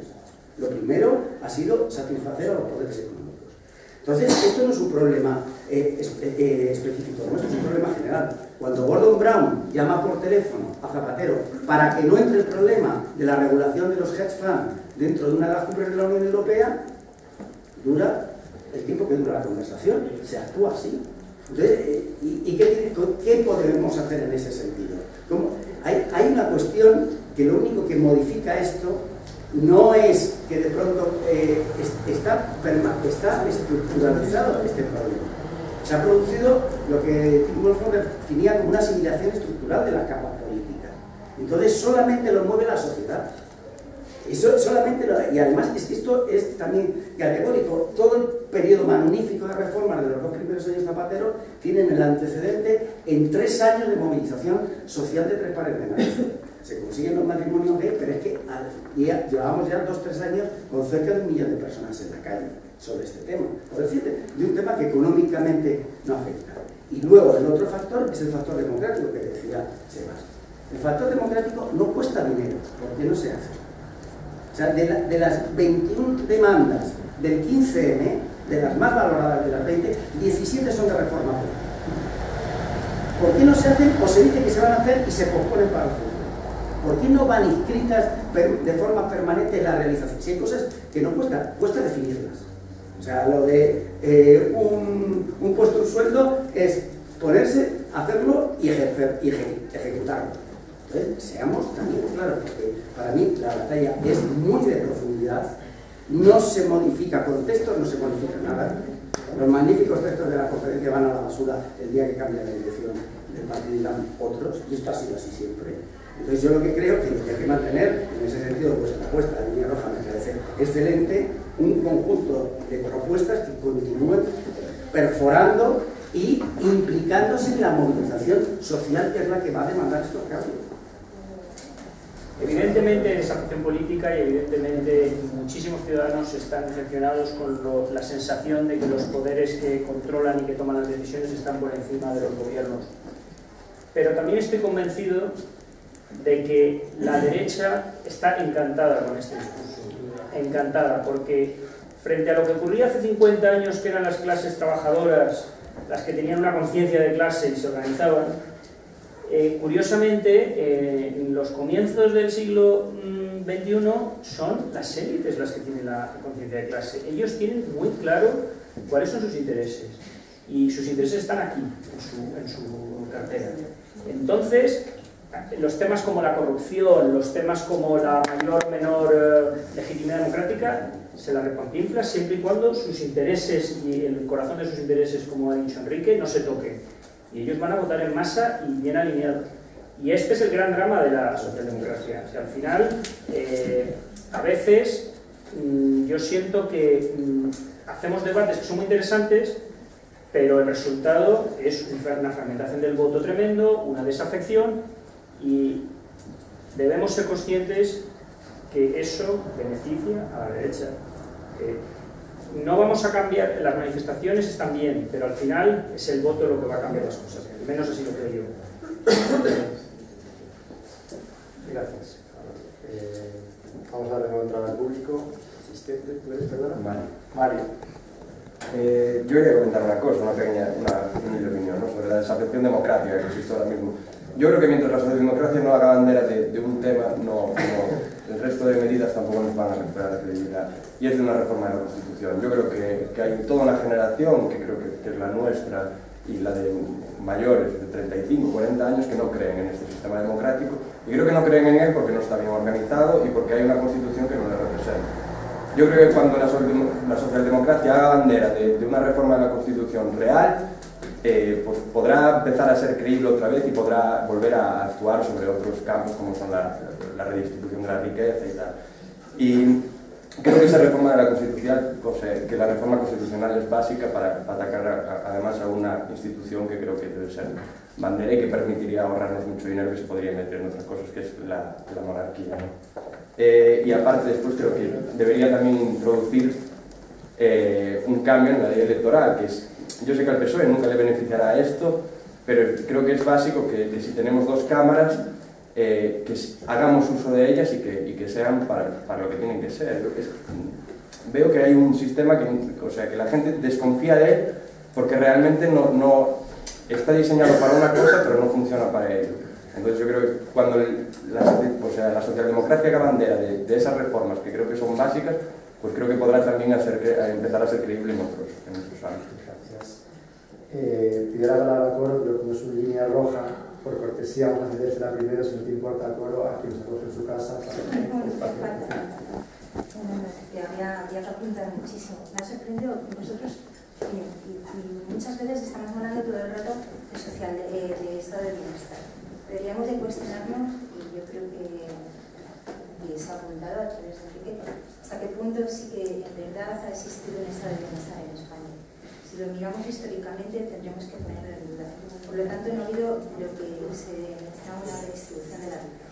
Pero quería más ir a colación a dos comentarios que se han hecho. Uno es en torno, ha habido un momento que hablabais que los movimientos sociales, ¿no?, que había más credibilidad, se le daba más credibilidad a la PA como movimiento social. Vamos a ver, es un movimiento social, pero es un movimiento político y no deja de ser político, y eso es muy importante. Lo que genera esa credibilidad en la PA también es en torno a que hay una lucha muy concreta, muy material, que es por desapuntada por una parte, por ahí, pero también son las formas de actuación y las formas de acción. Las formas de acción son importantísimas. Por otra parte, se apuntaba con el tema de la desafección política. La desafección política es muchísimo más compleja. Os recomiendo que hay un libro, bueno, que hay varios textos sobre de Roberto Espósito, del filósofo italiano Roberto Espósito, que habla sobre el concepto de democracia inmunitaria. El concepto de democracia inmunitaria es lo que estamos viviendo hoy en día. O sea, la desafección política, la desafección está mucho más unida a una cartografía de las servidumbres, podría decir. Mientras se estructura una servidumbre voluntaria en la cual al final el propio sujeto está abogando por esa relación de amo y esclavo, nunca vamos a salir de este atolladero. O sea, hay un atolladero que es mucho más profundo del que nosotros nos creemos, y luego hay un atolladero puramente político. No hay luchas de clases ahora como tal las asistimos. Hay una lucha de precarios y no precarios. O sea, tenemos que reestructurar completamente también todo lo que estamos en el lenguaje que estamos construyendo. Tenemos que hacer un lenguaje completamente nuevo. O sea, y eso creo que la aportación más interesante es, ahora mismo, tenemos que generar unos mecanismos de afección política a través de otros mecanismos de acción. Y evidentemente la regeneración democrática, como se ha venido a llamar, de hecho hay una interpelación urgente por parte de Izquierda Unida al propósito de hacer una regeneración democrática dentro de las medidas del Congreso. Pues utilicemos las herramientas que nos dan el Congreso, no hace falta ir directamente hacia un proceso constituyente, porque el destituyente se está produciendo ahora mismo. Vayamos hacia utilizar esas herramientas hacia otros modelos de participación ciudadana y otros modelos además de construcción económica, en los cuales, por ejemplo, una cosa fundamental ahora mismo es auditar toda la deuda. O sea, cosas a lo mejor tan sencillas como auditar toda la deuda. A vosotros os cuesta, y yo entiendo, pero es que hay que ir a ciertas cosas que a lo mejor son radicales. Yo no las veo que sean tan radicales, se han hecho en otros países y no se ha desmoronado y se podía hacer. ¿Cuáles son los peligros? ¿Más peligros de los que estamos teniendo hoy en día? ¿Peor situación de la que estamos viviendo hoy en día vamos a vivirla si auditamos toda la deuda? Si la gente está con 400 euros y se está yendo a la calle. O sea, ¿ya qué situación peor nos va a vivir? No existe una redistribución de la riqueza. Estamos hablando pero realmente no existe lo que queremos, ni tenemos la base, ni tenemos las estructuras, porque se nos están desmoronando día a día. Yo voy a contestar algunas cosas. Y además, perdona que he sido muy... Has hablado mucho de lo que queríamos. Y el tema del lenguaje, yo no estoy de acuerdo. Yo creo que siguen existiendo clases sociales y que uno de los desastres de la clase trabajadora es no identificarse como tal. Todo el mundo se considera clase media en un país que tiene 3 millones largos de hogares pobres. O sea, el gran drama español es que hay una gente muy consciente de qué clase social pertenecía, lo decía bien Enrique. Y luego ha habido un engaño ciudadano. Yo creo que el desastre de la izquierda está simplificando mucho el corredor de Henares, ¿vale? Que es un sitio donde fueron a vivir hipotecados los hijos de la clase trabajadora pensando que habían crecido socialmente y que había que votar a la derecha para seguir en esa clase social. Y se equivocaron. Y se equivocaron, pero ha sido incapaz la socialdemocracia de ganar otra vez el corredor de Henares. Sigue siendo un bastión popular y lo que está creciendo allí no es la izquierda sino la extrema derecha. Entonces ese es el ejemplo perfecto de a lo que me refiero con lo del lenguaje. El gran triunfo de la derecha es pensar que en España no existe pero precisamente pero no es solamente precariedad frente a esta estabilidad, es que estamos mucho más allá de eso. O sea, estoy de acuerdo que sí también hay un debate interesante ahí, pero creo que el nominal no es al contrario, es reivindicar determinado discurso que existe todavía ahí y que ha sido un éxito absoluto de la derecha olvidarse, conseguir que nos olvidemos de que pensemos que hablar de lucha de clases es que habla de lucha de clases Obama. Es que habla de lucha de clases Warren Buffett diciendo que su clase va ganando. Vamos a intentar evitar los diálogos, pero bueno, hay más palabras que nos importa. Y luego una cosa rápida. También creo, con respecto al proceso constituyente y tal, yo creo que nos equivocamos completamente si pensamos que en una España, en Europa, se puede ganar el poder más allá que por las urnas. O sea, creo que hay que asumir de verdad desde la izquierda que tenemos que hacer lo que sea para intentar ver qué pasa en las siguientes elecciones y en las siguientes, en las europeas, en las municipales y en las generales, porque todo lo demás es ingenuo, de verdad, creo que es ingenuo.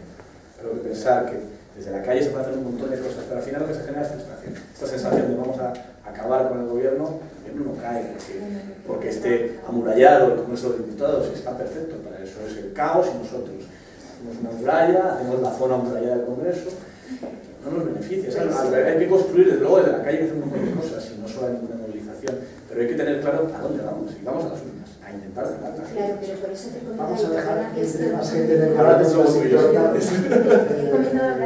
Coro tiene la palabra, que ha tenido mucha paciencia. No, yo creo que por primera vez, probablemente en los 2 años de Líneas Rojas, se está produciendo uno de los objetivos que tenía esta agrupación, este grupo, en sus orígenes, y era abrir lo que ahora se ha cerrado temporalmente, que es el diálogo entre un núcleo socialdemócrata de gente con organizaciones y ámbitos no socialdemócratas de la izquierda, que me parece fundamental. Y siempre hemos peleado porque en Líneas Rojas estos puentes existieran y estos diálogos se abrieran, porque me parece que lo que hemos vivido en estos minutos de Salomé con la mesa y exponiendo me parece clave para el futuro de un proyecto de izquierdas, de un proyecto progresista, de un proyecto redistributivo. Poder abrir estos diálogos y empezar a entendernos y a escucharnos, porque si no, no vamos a ningún lado y acabamos pensando que esos de allí no tienen nada que ver con estos de aquí.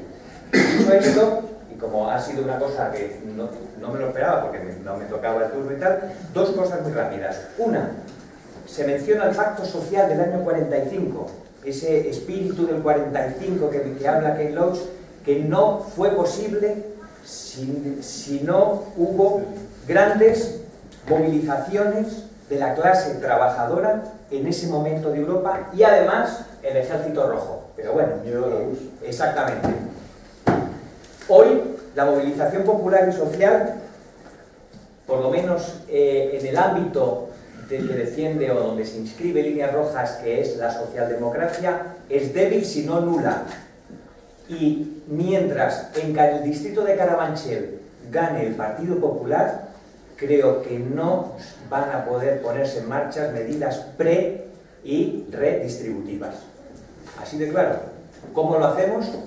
Pues tenemos que ponernos en marcha, pero me parece que sin movilización que tiene un aspecto electoral, pero otros aspectos como la paz, no es posible poner encima de la mesa medidas pre- y redistributivas. Y por último, en esta mesa, donde hay un periodista muy importante, no hemos hablado nada de la mediosfera, de la importancia de creación de hegemonía política a través del discurso mediático. Gracias. A ver, hay que sepa al menos 3 palabras pedidas. Tú eres... Yel. Erika y Mario, no sé si hay alguna más, porque ya es tarde. Y Andrés. Cerramos aquí el turno de palabras y acabamos con una breve intervención de los miembros de la mesa para que esto sea soportable. Entonces, Yel. Yo seré muy breve. Realmente, si hemos perdido gran parte del apoyo de la ciudadanía, también se debe a que la socialdemocracia perdió el rumbo. Y yo destacaría también otra de las líneas, una de las flechas rojas en los años 80, cuando el SPD alemán empieza a hacer una serie de recortes, cuando cambia el modelo de Estado del Bienestar. Cuando pasamos de una visión de un modelo de Estado del Bienestar socialdemócrata a un modelo de Estado del Bienestar más conservador, donde se reduzca un poco las prestaciones sociales. Y me gustaría plantear si nosotros somos la socialdemocracia o somos un núcleo pequeño de la socialdemocracia algo más a la izquierda. Dentro del debate de la socialdemocracia actual, yo creo que deberíamos de ver qué somos nosotros. Es la primera vez que voy a un acto y tengo sintonía con todas las interlocuciones, que verdaderamente pienso exactamente igual de lo que me están diciendo, y he ido a actos tanto de Izquierda Unida como del Partido Socialista y demás. Y me gustaría plantearos una cuestión. ¿Es posible la socialdemocracia sin la democracia interna dentro del Partido Socialista, que debe ser un instrumento? Yo creo que es la clave. Y terminar una cosa que me llama mucho la atención, es que el concepto de élite y base, que se puede dividir, ha comenzado con un nuevo modelo de jerarquía, un nuevo clivaje social. Como el clivaje social de obrero-patrón, existe dentro del Partido Socialista una élite y una base. Y una base que no puede tomar el poder, una base que no tiene métodos democráticos. Yo creo que ahí está la clave. La socialdemocracia nunca podrá ser otra vez un partido de masas porque se ha convertido en un partido de élites. Gracias. ¿Y Erika? Bueno, era muy brevemente, yo creo que se ha hecho aquí un diagnóstico muy bueno de cómo en el proceso de aumentar el consumo se creyó que consumo significaba bienestar, y yo creo que en ese proceso se perdieron varias partes del significado de la ciudadanía. Y ahora nos encontramos en un proceso en el que se nos pide resignificar la ciudadanía y la participación política, porque básicamente eso es a lo que nos enfrentamos, hay que resignificarla una vez que ha perdido buena parte de su contenido. Entonces, Manolo ahora me señalaba, no, esto se consigue mediante las urnas. El problema es que aquí entramos en el juego del huevo y la gallina, ¿no? Que es primero volverle a pedir al votante el cheque en blanco para que entonces yo sí resignifique la participación política y entonces le demuestre que realmente voy a cumplir y voy a construir la socialdemocracia, o darle esas herramientas que me están faltando y reconocer la participación social, efectivamente lo que decía Coro, reconocerla como esa otra forma de resignificación de la ciudadanía que se está generando y que está surgiendo desde abajo. Y ahí es donde yo veo una gran falla del partido. Gracias por tu precisión, Erika. Mario. Bueno, yo estoy muy de acuerdo con todo lo que habéis comentado, los que habéis intervenido, porque creo que el problema social es bastante importante, pero me falta un pequeño dato respecto al problema con la gente joven. Hay mucha gente joven que hace 2, 3, 4, incluso 5 licenciaturas, 7 másteres, 3 doctorandos, y en España no encuentran trabajo. Y creo que en parte esa gente, cuando la oyes hablar, el principal problema que encuentra en la sociedad española es la crisis de identidad. No se encuentra representado por ningún partido político y se encuentra representado por movimientos sociales. Y creo que eso es un gran problema, porque los movimientos sociales están muy bien para ejercer presión sobre el gobierno, pero en realidad no pueden hacer nada más allá, ¿no? O sea, creo que la crisis política de los partidos políticos actuales no solo es del Partido Socialista, que principalmente es lo que estáis comentando vosotros, también es un poco Izquierda Unida, que Izquierda Unida siempre ha defendido esta idea un poco más de libertades económicas, de igualdad, etcétera, etcétera, y nunca ha conseguido grandes votos, ¿no? Yo, el planteamiento que hago aquí es que en realidad me cuesta mucho ver el problema, aunque aquí habéis expuesto grandes partes del mismo, pero no acabo de ver un punto en el que digas, evidentemente la varita mágica no la tiene nadie, pero un punto en el que digas, haciendo ciertas acciones, llevando a cabo ciertos modelos que a nivel mundial, pues podríamos conseguir algunos avances en este aspecto, pero es que creo que la gente joven cada vez es más radical hacia la izquierda y más radical hacia la derecha. Es un poco lo que comentabas antes del corredor de Naves. Y creo que eso nos va a llevar a todos a una brecha bastante más importante y de la que nos va a costar bastante más tiempo salir. La lucha de clases de izquierda y de derecha parte de una recomposición en aquel momento y de una ilusión, la ilusión del estado del bienestar europeo. El estado del bienestar europeo se gana. Nosotros no lo ganamos, sino que al ingresar en la Unión Europea lo que hacemos es intentar llegar a ese sistema del bienestar, pero no llegamos, es decir, con la confrontación legítima de clases entre izquierda y derecha, sino llegamos con lo que llamo yo espejismo socialdemócrata del Partido Socialista, porque el Partido Socialista en ningún momento ha sido socialdemócrata hasta entonces. ¿Qué era? ¿Qué es lo que teníamos ahí? Teníamos una socialdemocracia que nosotros en España, no sé, aquí lo que raro, pero siempre lo hemos considerado de derechas, siempre lo hemos considerado como la derecha. Es decir, por eso es esto. Entonces, ¿qué es lo que ha producido ese espejismo socialdemócrata? Pues lo que ha hecho ha sido desarmar ideológicamente a la izquierda y por lo tanto la lucha de clases, no dejarla que se desarrollara. La derecha se ha consolidado, es decir, la derecha tiene un poder impresionante porque lo ha tenido claro yendo por su camino neoliberal como en todo el mundo, pero en cambio la izquierda en España ha perdido toda referencia ideológica. Y eso es lo que está pasando en este momento. No hay referencia ideológica. Y al no haber referencia ideológica, todos pretendemos lo que has dicho, ser ricos en el corredor de los Nares con una rosa. Es de banco. Creo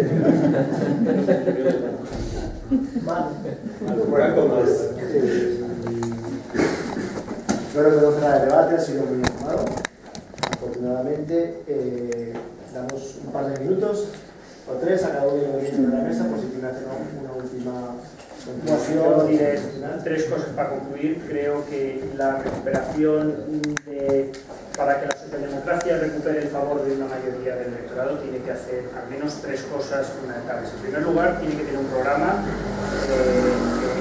de un giro en su planteamiento inicial o el que ha tenido en estos 8 años de gobierno, que creo que sobre todo en la parte económica, porque en la parte social debemos sentirnos orgullosos los socialdemócratas de lo que se ha hecho, a seguir un poco lo que ha hecho Enrique. Se ha dedicado a gestionar las migajas de este sistema económico en el que vivimos y repartir mejor, pero eso no es suficiente. Tenemos que recuperar lo que sería un espíritu de reformismo radical, el espíritu original de la socialdemocracia en el que no se aceptaba el capitalismo, se aceptaba el capitalismo pero no se estaba conforme con él y hay que ir avanzando a un sistema más justo. Y en ese sentido es necesario un programa radical de transformación social permanente. No nos podemos quedar anclados. En segundo lugar, estoy de acuerdo con lo que se ha dicho. No se puede plantear un gran sistema de democracia, de radical reformismo desde un partido socialista inmovilista, poquísimo democrático y absolutamente oscuro, porque no es creíble. Entonces tienen que ir a la par. El Partido Socialista tiene que abrir sus puertas, hacer una regeneración democrática y cambiar muchos de sus métodos internos.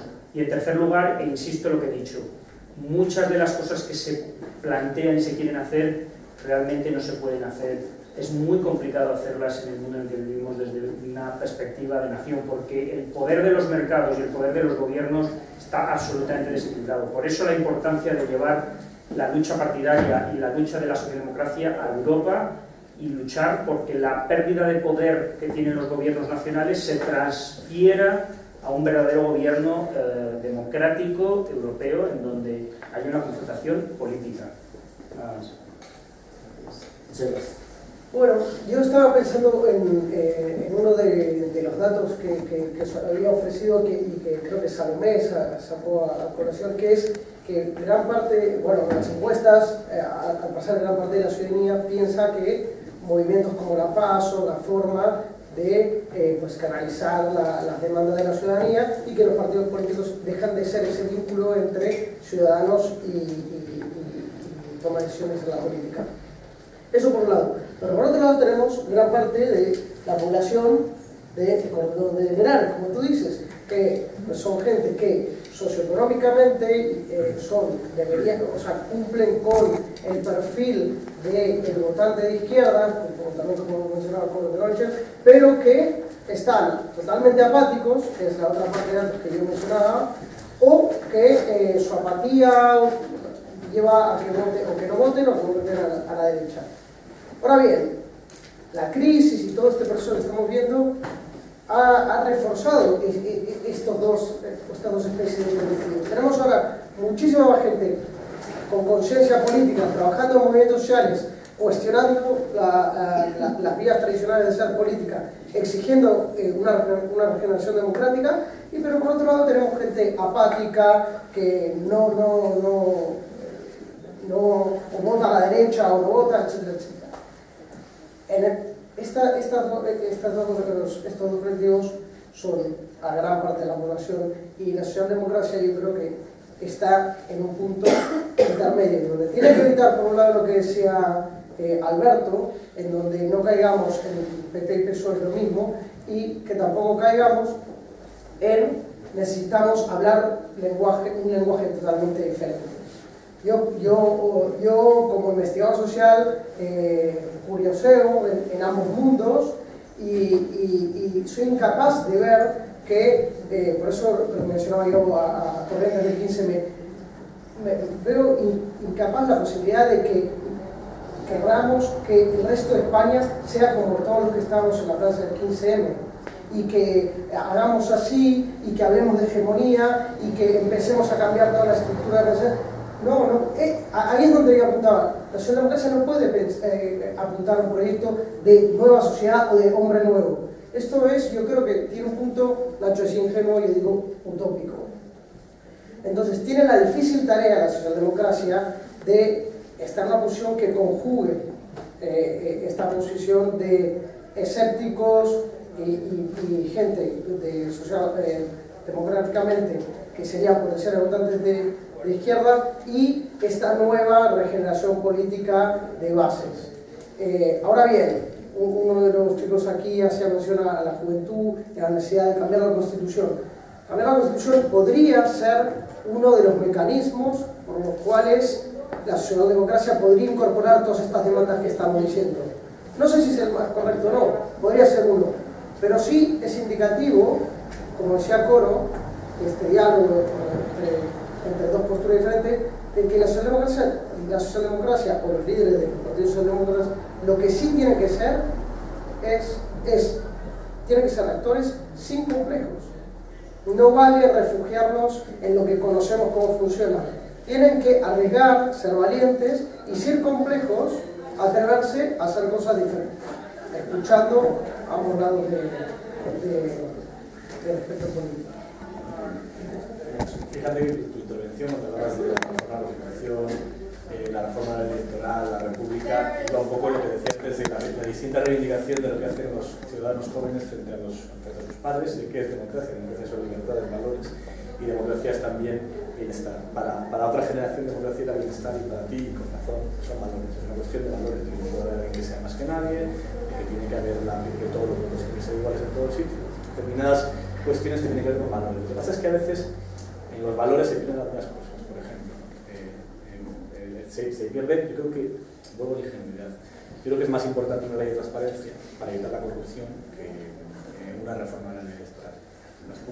Mucho más importante, pero muchísimo más. Y no se habla apenas de la ley de transparencia, no se habla tanto de la ley de transparencia que lo que se habla de la reforma de la ley electoral, a que cada uno tiene una receta, escuchas algunas tremendamente estrambóticas, como ir a un modelo todavía más mayoritario, a lo inglés, que se supone que son algunas contra las élites extractivas, porque es una ingenuidad todavía más pasmosa. Y al mismo tiempo no se habla de los mecanismos de control democrático. Lord, voy a coger tu guante de hablar de los medios, creo que es importante en esto, no hemos hablado nada, es verdad que me tocaría a mí haber hablado de ello, así que lo retomo ahora. Hay un cambio tremendo en la sociedad en los últimos 4 o 5 años. Hasta ahora la sociedad informada era un 15% de la sociedad y el 85% restante se informaba por televisión. ¿Vale? En televisión, yo he trabajado mucho tiempo, el gran lema que pueden poner en la entrada de cualquier televisión generalista es, que además se repite mucho internamente, es intenta que esto lo entienda una señora analfabeta de Cuenca o de Extremadura, de Cáceres, simplifica lo máximo el lenguaje para que llegue a todo el mundo. Y la política en España, el mensaje político en España, de los grandes partidos, iba muy dirigido al 85%, estos mensajes simples. ¿Qué ha pasado en los últimos 4 o 5 años? Que la sociedad ha cambiado la manera de informarse. Tenemos un 50% que se sigue informando por el telediario y al que le llegan estos mensajes de lo de Parot ha sido Zapatero, que por una simplificación más y burda y de palo grueso, por esto del 11M fue Rubalcaba. Y hay otro 50% tremendamente informado en internet, sobreinformado de hecho. Y en ese entorno pues nos encontramos con que la realidad, en los despachos tú preguntas, por poner mi ejemplo, pues te dirán que la razón es muchísimo más leída que el diario.es. La realidad es que el número de lectores sacamos 500.000 ya. La realidad, o sea, los datos estadísticos es que ya llevamos un añito, y somos una pequeña redacción y un proyecto pequeño, pero ya le sacamos 500.000 a una de las cabeceras de papel que lleva 12 años en España, no es una cosa que nació ayer. Esto todavía no hay una conciencia por parte de la clase política. Eso también genera determinados mensajes que cabrean, ¿no? Yo creo que el ejemplo de alguien que está mandando mensajes al 50%, el ejemplo perfecto es González Pons. González Pons convence al 50% y cabrea al 50% restante. Pero ¿cómo me puede decir esta burrada este señor de esta forma tan contundente como lo hace? Y ese cambio en los medios, en la manera de cambiar los mensajes, va a ser muy determinante en los próximos años. Vamos a ver además una guerra entre el viejo mundo y el nuevo mundo, entre los periódicos de papel convertidos en periódicos digitales. Ya son todos periódicos digitales porque no hay ningún periódico que tenga más lectores en papel que en internet, pero todavía la gente tiene la animación de aportar. Entre los nuevos y los viejos medios, ¿no? Entre en la derecha o el centro derecha, entre el Confidencial, por ejemplo, digital, Confidencial.com, frente a la ABC y El Mundo, y en la izquierda entre, yo espero que El Diario y no sé si más medios, y El País. Si llegase un marciano, un kiosco español, diría que eso es una ahí tienen derecha republicana, derecha carlista, derecha monárquica y izquierda moldada. Entonces, en ese cambio es importantísimo algo que estábamos hablando antes de empezar la mesa, que es cómo son los nuevos medios. En un medio antiguo, el 15% eran nóminas de periodistas y el 85% era, era coste industrial. Un coste industrial elevadísimo. Y en mi medio, y en los medios digitales que estamos haciendo estos últimos años, el 15% son costes industriales y el 85% son periodistas. Es justo al contrario.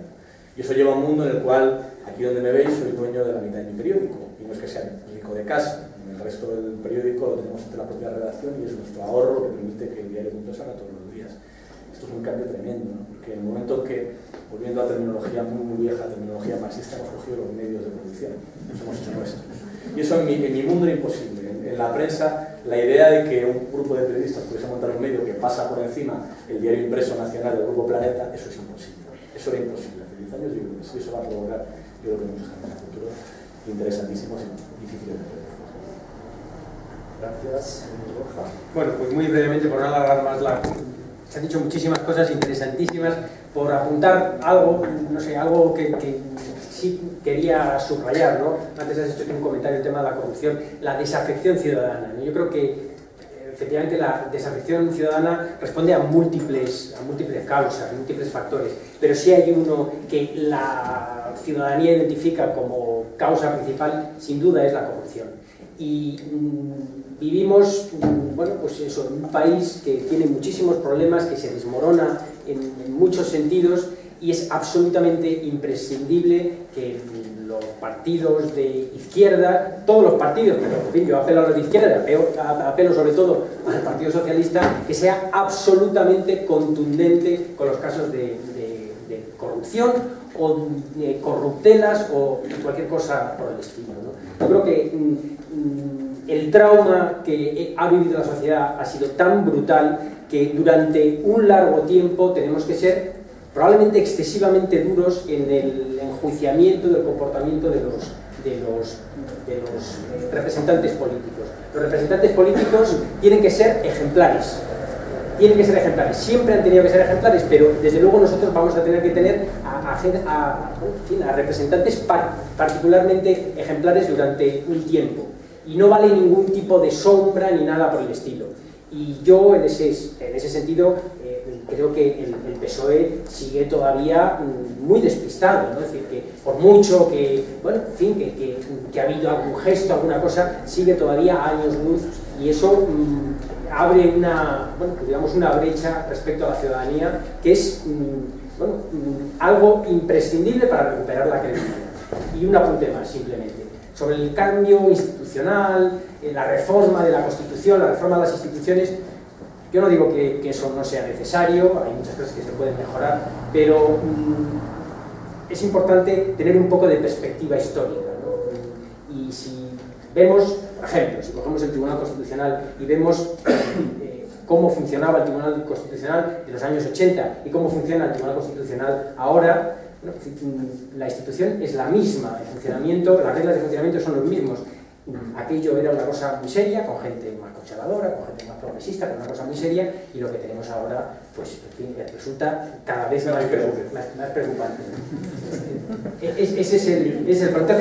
Entonces, no es un problema tanto de las instituciones, y que eso no nos sirva de señuelo, ¿no? Es decir, no, es que lo que necesitamos es un cambio electoral. Que no digo yo que no haya que hacer cambios electorales, pero eso muchas veces se utiliza como señuelo, ¿no? Pensar que los problemas de este país se resuelven con una reforma constitucional, yo creo que de nuevo, en fin, algo que ha salido en reiteradas ocasiones hoy, es una ingenuidad. Yo tengo más prisa por la reforma. Bueno, pues yo comencé esta intervención, este acto, contándos el origen de Líneas Rojas, un origen a partir de la decepción, de la frustración, con las políticas adoptadas en los últimos tiempos por el gobierno de Rodríguez Zapatero.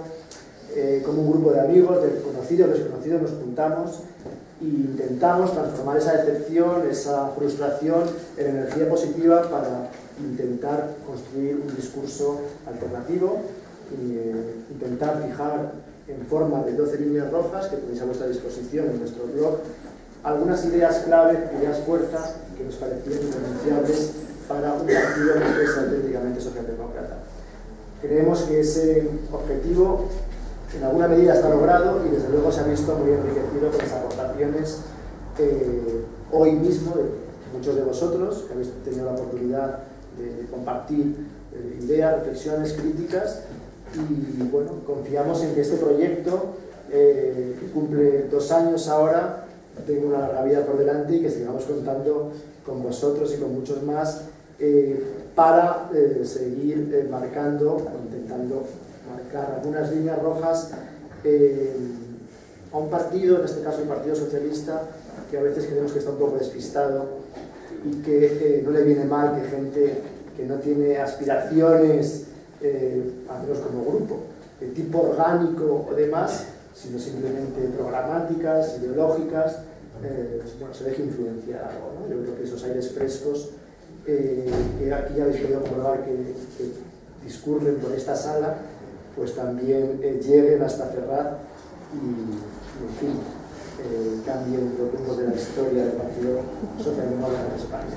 Muchas gracias por vuestra asistencia, muchas gracias Ignacio Escolar por habernos cedido parte de su exiguo tiempo, y yo creo que es el momento de tomarse una caña, así que no sé exactamente dónde hay un bar aquí cerca al que estáis invitados siempre y cuando paguéis cada uno vuestra caña.